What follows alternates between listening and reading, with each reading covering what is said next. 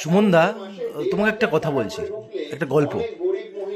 একটা স্টেট ছিল, স্টেট না বলা ভুল, একটা সিটি, যেটার আম, একটা অটোমোবাইল সেক্টর আছে, নাম মারুতি সুজুকি।